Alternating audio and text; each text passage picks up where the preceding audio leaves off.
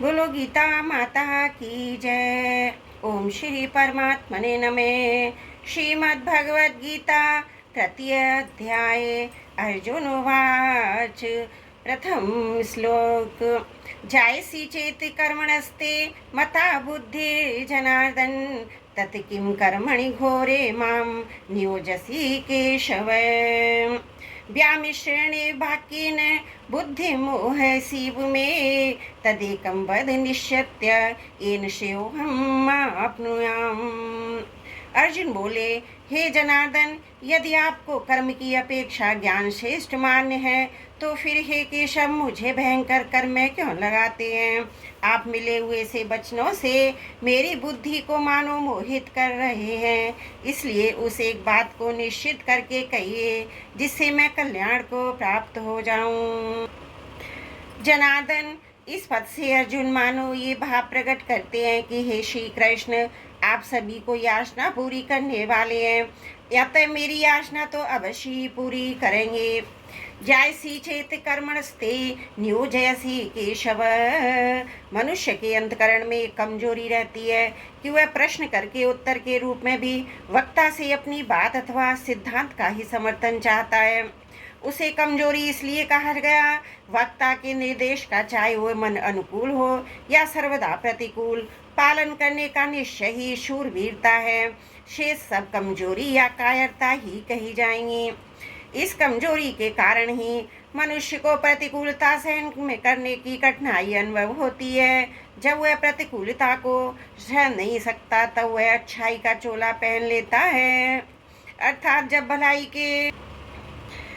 भलाई के वेश में बुराई आती है तो बुराई भलाई के वेश में आती है। इसका त्याग करना बड़ा कठिन होता है। यहाँ अर्जुन ने हिंसा त्याग रूप भलाई के वेश में कर्तव्य त्याग रूप बुराई आई है, अतः वे कर्तव्य कर्म से ज्ञान को श्रेष्ठ मान रहे हैं। इसी कारण वे यहाँ प्रश्न करते हैं कि यदि आप कर्म से ज्ञान को श्रेष्ठ मानते हैं तो फिर मुझे युद्ध रूप घोर कर्म में क्यों लगाते हैं। भगवान ने दूसरे अध्याय के 39वें श्लोक में बुद्धि योगे पद से समता की बात कही थी, परंतु अर्जुन को ये ज्ञान समझ लिया, अतः वे भगवान से कहते हैं, हे जनार्दन, आपने पहले कहा, मैंने सांख्य में यह बुद्धि कह दी, इसी को तुम योग के विषय में सुनो। इस बुद्धि से युक्त हुआ तू कर्म बंधन को छोड़ देगा, परंतु कर्म बंधन तभी छूटेगा जब ज्ञान होगा। आपने वह भी दिया। बुद्धि योग अर्थात ज्ञान से कर्म अत्यंत निकृष्ट है। अगर आपकी मान्यता में कर्म से ज्ञान श्रेष्ठ है या उत्तम है तो फिर मेरे को शास्त्र विहित यज्ञ दान तप आदि शुभ कर्मों में भी नहीं लगाना चाहिए, केवल ज्ञान में ही लगाना चाहिए। परंतु इसके विपरीत आप मेरे को युद्ध जैसे अत्यंत क्रूर कर्म में किससे दिन भर मनुष्यों की हत्या करनी पड़े क्यों लगा रहे हैं।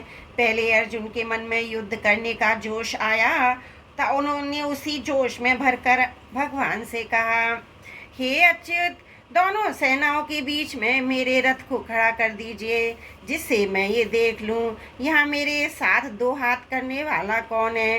परंतु भगवान ने जब दोनों सेनाओं के बीच में भीष्म और द्रोण के सामने तथा राजाओं के सामने रथ खड़ा करके कहा कि तू इन कुरुवंशियों को देख, तब अर्जुन का कौटुंबिक मोह जागृत हो गया। मोह जागृत होने से उनकी वृत्ति युद्ध से कर्म से उपरत होकर ज्ञान की तरफ हो गई, क्योंकि ज्ञान में युद्ध जैसे घोर कर्म नहीं करने पड़ते हैं।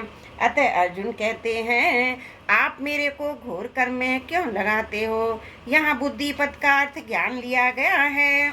अगर यहाँ बुद्धि पद का अर्थ समबुद्धि समता लिखा जाए तो व्यामिश्र वचन सिद्ध नहीं होगा, कारण कि दूसरे अध्याय के 48वें श्लोक में भगवान ने अर्जुन को योग समता में स्थित होकर कर्म करने की आज्ञा दी थी।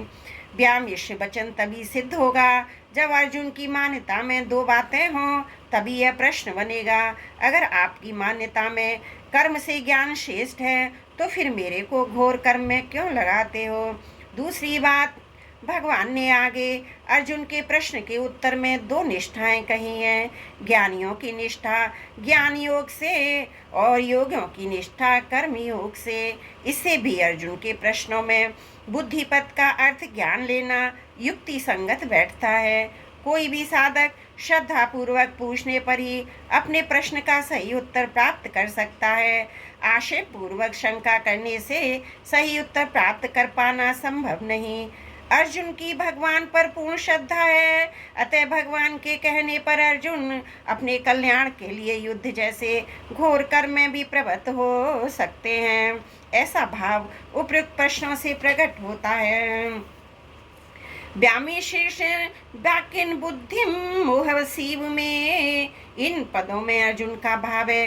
कभी तो आप कहते हैं कि कर्म करो कुरु कर्माणि, कभी आप कहते हैं कि ज्ञान का आश्रय लो बुद्धो शरणम मनि बिच्छ। अर्थात ये स्पष्ट नहीं समझ पा रहा हूँ कि मेरे को कर्म करने चाहिए या ज्ञान की शरण लेनी चाहिए। भगवान अर्जुन का श्रद्धा का धोतन हो रहा है। श्रद्धा के कारण अर्जुन भगवान के वचनों को ठीक मान रहे हैं और ये भी समझ रहे हैं कि भगवान मेरी बुद्धि को मोहित नहीं कर सकते, परंतु भगवान ने वचनों को ठीक ठाक न समझने के कारण अर्जुन को भगवान के वचन हुए से लग रहे हैं। उनको ऐसा दिख रहा भगवान अपने वचनों से मेरी बुद्धि को मोहित सी कर रहे हैं। अगर भगवान अर्जुन की बुद्धि को मोहित करते तो फिर अर्जुन के मोह को दूर कौन करता।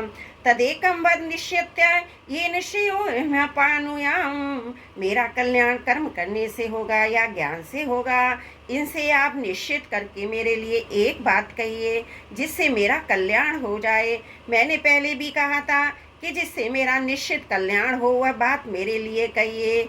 यच्छेह स्यान्यो निश्चितम ब्रूहि तन्मे, और अब मैं नहीं बात कर रहा हूँ। पर शिष्ट भाग में जब तक संसार की सत्ता मानते हैं तभी तक कर्म घोर या सौम्य दिखता है, कारण कि संसार की सत्ता मानने से कर्म की तरफ दृष्टि रहती है, अपने कर्तव्य की तरफ नहीं।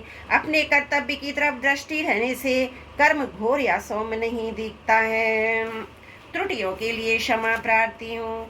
वसुदेव सुतम देवम कंस चारुण मर्दनम देवकी परमानंदम कृष्णं वंदे जगद्गुरुम्।